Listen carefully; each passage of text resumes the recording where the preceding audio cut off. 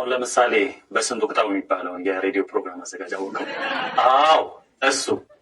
እኔ በግሌ የእሱ የፕሮግራም ይዘቶቹ በጣም ይመቹኛል።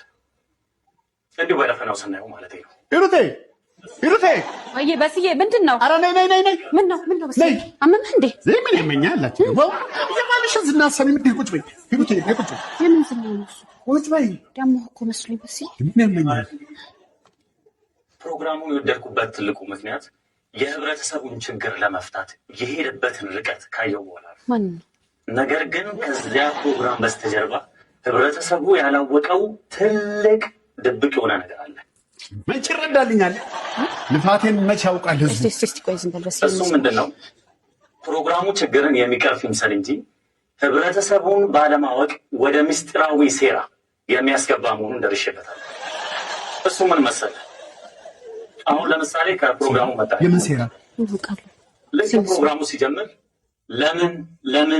ለምን 3 ጊዜ ልብ ብለህ አዳምጠኝ። 3 ጊዜ ትልቁ ምስጢር ያለው እዚህ ጋር ለ የምትለዋን ፊደል ከሀ ጀምረን ወደ ታች ስናነባት ሁለተኛ ፊደል ሆነ እናገኛታለን። ለምን የሚለውን ፊደል 3 ጊዜ ሲጠራው ለን 3 ጊዜ ይጠራታል። 3ን 2 ጊዜ ስናበዛው ስንት ሆነ? 6። ከዛ በመቀጠል መ ሙ ሚ ማ ሜ ም ስንቆጥራት ስንት ሆነች? 6ኛ ፊደል ላይ እናገኛታለን። ን ስናነባት ደግሞ እዛው 6ኛ ፊደል ላይ እናገኛታለን። ስለዚህ 6ን ስንት ጊዜ ይለዋል? 3 ጊዜ። ይሄ ማለት እንግዲህ ምንድነው? 666 የሚለውን ቁጥር በእጅ አዙር የትውልድ አእምሮ ውስጥ እየቀረጸ ነው። ይሄ ደግሞ እጅግ በጣም አስነዋሪና በጣም የሚያሳፍር ወይ በስዬ ያለው ነገር ግን ገብቶሻል?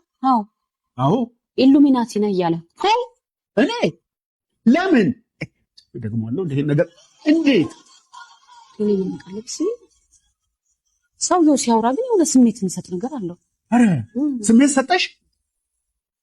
አመንሽው ማለት ነው። አንቺም አምነሽዋል ማለት እኮ ነው። ወይ በስዬ እንዴ ለኔ አላልኩህም አልሽ እንጂ ያልሽ ይሄው ፊትሽ እኮ ያስታውቃል። ፊትሽ ላይ ያለው ጥርጣሬ እኮ ያስታውቃል። ምን ፊቴ በስዬ ደግሞ እንዴ ንቃቶም እንደ የፈለገው ይበል። ስሜስ ክብሬስ ሌላውን ተይው። በአደባባይ ያከበረኝ ህዝብ እውነታውን እንደኔ ተረድቶ ንቆ የሚተው ይመስልሻል? እና ምን ልታደርግ ነው? አሳየዋለሁ፣ እከሷለሁ፣ አገጥረዋለሁ። ማንን እንደነካ አላወቀም። እንዴ በስንቱ አይደለሁም። ምን ነው ለኢንስፔክተር ቸኮል ደውላለሁ። እሱ ልክ ያስገባልኛል። ምን ሆነሽ ነው? እጄ ምን ሆነ? እኔ ተጎዳው እንጂ ተሽሎ ምን ነው ደህና የረሳሁትን እና ምን አልከኝ? ምን አልኩ? ሰውየውን ከገባበት ገብተህ ማንቁርቱን አንቀት አመጣዋለሁ ወይስ በግል የራሴን እርምጃ ልውሰድ? እንዴ ምን ነካ በስንቱ? እንዴ በዚህ ባሉባልታ ዘመን የሰው ማንቁርት ምን አስያዘ? አርፈ ልጆችን ብታሳድግ አይሻልም? ይሻላል? አዎ ይሻላል። እንዴ ሰውየው እኮ ዓላማው አንተን በመዝለፍ እሱ ታዋቂ ለመሆን ፈልጎ ነው እንጂ ለሌላ ነገር አንተን አለ ብትስማሙም ነው ደግሞ የሚሻለው። ይማም አደርገውን አቃል አይተው ስሙንማ በሬዲዮ እንዳታነሰው የባሰ ሰውየው መነጋገሪያ ነው የምታረገው። ተው እንደዚህማ እንዳታረግ። የእሱን ዓላማ ነው የምታሳካለት። እኔ አሁን ልሂድ፣ ስራ አለብኝ። ደህና ዋል። እንትን በስንቱ ቅድም ሂሩትን በህጉ ቁጥጥር ስር ነሽ አልኳት። በስህተት ስለሆነ ነፃ እንደሆነች ንገራት። አሁን ነፃ ሰው ነፃ ነች። በስህተት እንደሆነ ንገረኝ። እሺ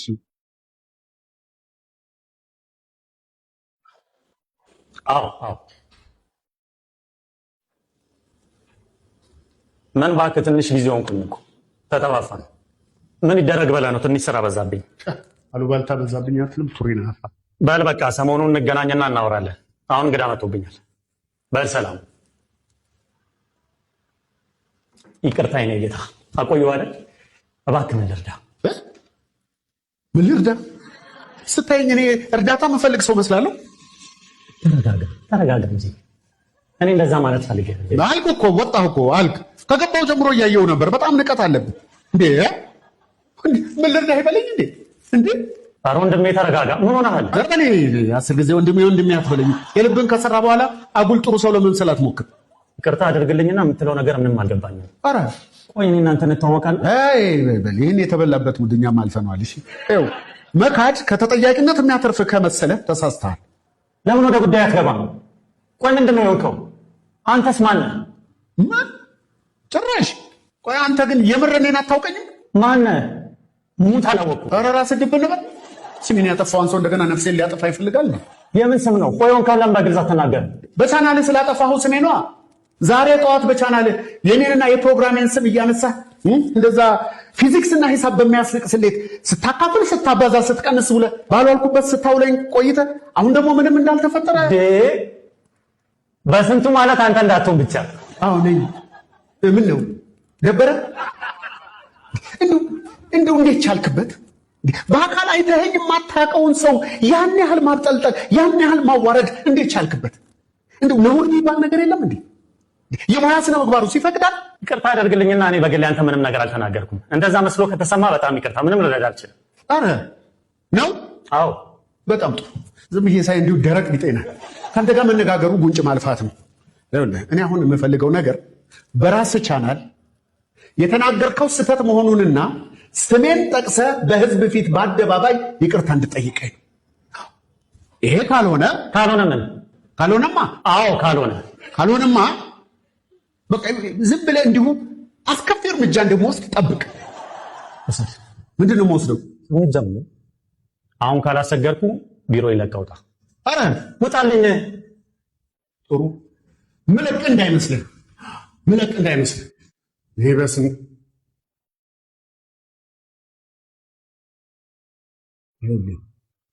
አንድ ነገር ልንገርህ። እኔ እንደውም ኢሉሚናቲ ነኝ። አዎ ምን ትሆን ነኝ። ያው ምልክታችን ደግሞ ምልክቱን ግን እንደዛ ነው። ምን ትሆን ምለቅ እንዳይመስልህ። አበሳህን ነው የማሳይ። ጎሽ እንደውም ለቀጣይ ፕሮግራሜ ጥሩ መረጃ ነው የሰጠኝ። ምን አለ ሁሉም ሰው በቅንነት እዚህ ቪዲዮ ድረስ እየመጣ መረጃዎችን ቢሰጠን የት እንደርስ ነበር። ምን ማለት ነው? ማለትማ እስካሁን ያወራት እያንዳንዷ ነገር በካሜራ ተቀርጻለች። ስለዚህ ከኔ የሚጠበቀው ቆረጥ እያደረግኩ በምስክርነት የሰጠኝን ነገር እንደ ማስረጃ ማቅረብ ነው። ምን ነው ወንድሜ፣ አንድ ሙያ ላይ ያለን ሰዎች አይደለን እንዴ? እንደዚህ መጨካከል አለን እንዴ? የጉዳዩን አሳሳቢነት ምን ያህል ሴንሲቲቭ ኢሹ እንደሆነ ይታወቅ። ተወኝ በእናትህ። ይሄ ሂሳብ ፊዚክስ የምደምር የምቀንሰውን ነገር ተወኝ እባክህ። እንትናዬ ለዚህ ነው እምብር ስትይ ነበር። አዎ ለዚችው ልጅም ሆኜ እንደዚህ ነው እምብር እያልኩ የአካባቢ ሰው ረብሽ ነበረ። እንደው ከክፋት አትይብኝ። ምንም እኮ ክፋት ውስጥ የለም። እንደው እባክህ ከክፋት አትይብኝ። ስትታይ የሆንክ የዋ ነገር ትመስላለህ። አዎ የዋ ነኝ። ምንም ነገር እኮ ውስጤ ክፋት የለም። እንትና የመኔ ምንም ውስጤ የለም። ጥሩሽ አንተም ይሄን ዛቻ ናቁም ወይ? እኔ ዛቻ እኔ መለቋል ያልኩትን ቪዲዮ ተታፈዋለህ። ግን ሌላ ነገር አስባለሁ ብትል ኧረ ምን ሌላ ነገር እዛ ምንም እንዳልተፈጠረ ቁጥር ሁሉም ነገር እዚህ ጋር ያበቃል። በቃ ስሜ እርሳው። እኔ ቀስ እያልኩ አድሰዋለሁ። የት ሄድብኛል? አንተም ይሄ የተናገርኩትን ቀስ እያልክ እርሳው። ጥሩ አሁን ጨርሰናል መሰለኝ። እኔም ወደ ስራ ልመለስ። አንተም የትጭ። እሺ ተመለስ አባዬ፣ ተመለስ። በጣም አመሰግናለሁ። እንትናዬ በቃ ሰላም ሁን። በሰላም ነው። እሺ ግን አደራ እንትናዬ። ችግር የለውም። እሺ አምኜህ ነው። ችግር የለውም። ምን ነው በስዬ? ምን ሆነሃል በስዬ? ምን እቀፊኛ። የምታቅፊኝ ከሆነ ትጠየፊኛለሽ። ምን ልቀፈበስ? ምን አለ እስኪ አባራልህ ብትጠለል። ለራስህ ባታስብልን አታስብም። በስዬ ምን ሆነሃል? ለእኔ ሳላስብ እንዴት ነው ለአንቺ ማስበው? አትጠለልም ነበር ወይ ማለት እኮ ነው። ለእኔ አታስብም ማለት አትጠለልም ማለት። በል በቃ ተው አሁን። ምን ሆነ ነው? ስኮትን የመጣሁት ወይ በስዬ። አይዞህ በቃ በስዬ። አሁን ግባና ቀይር። በቃ ቆንጆ እራት አዘጋጅቼልሃለሁ። ምንም በማስመልከት ነው። ምንም በስዬ እንዲሁ ጥሩ ቀን እንደማታሳልፍ ገብቶኝ ቢያንስ በጥሩ የፍቅር ራት ልካስ ብዬ ነው።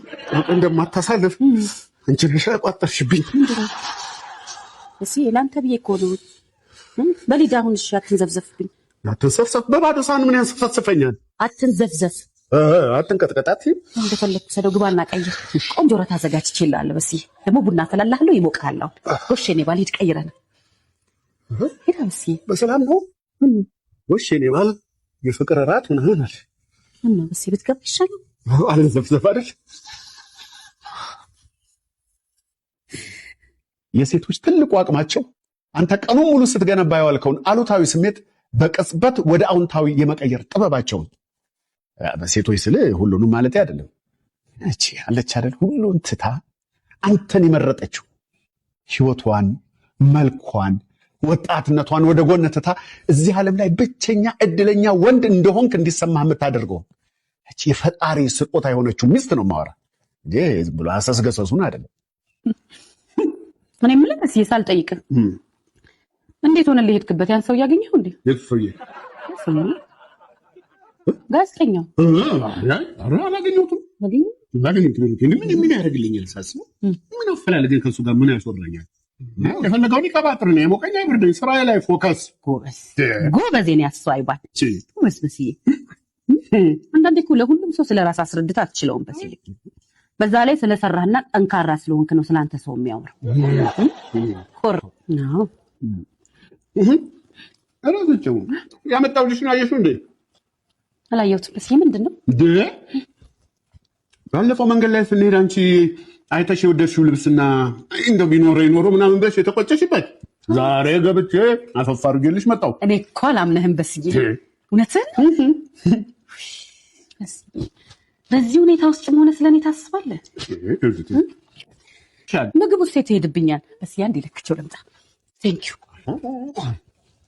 አመሰግናለሁ። እሺ ልብሴን እንዴት አየኸው? ያምራል አይደል? የበስዬ ምርጫ ነው፣ ግን እኔ ወድጄዋለሁ።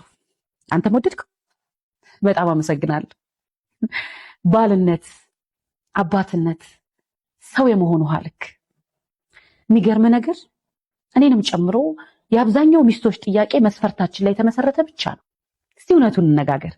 እኛ ባሎቻችንን እንዳሰብናቸውና እንዲሆኑልን የምንፈልገው አይነት ሰው እንዲሆኑልን ከመሻትና ከመጫን ውጪ ራሳቸውን ማንነታቸውን ፈልገን አግኝተን በራሳቸው መንገድ እንዲኖሩ ፈቅደን አግዘናቸው እናውቃለን?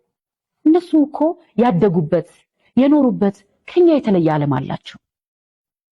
የኔን ዓለም ብቻ ኑር የሚል ትውልድ ስለበዛ ነው ትዳር የዋጋ ትርጉሙን አጥቶ አሰልቺ ሆነው። በስዬ ዛሬ ጥሩ የማይባል ጊዜ ቢያሳልፍም እኔንና ፍላጎቴን ግን አልረሳም። የራሱን ችግር ወደ ጎን ትቶ እኔን ማሰቡ ብቻውን የሰው ውሃ ልክ ያስብለዋል።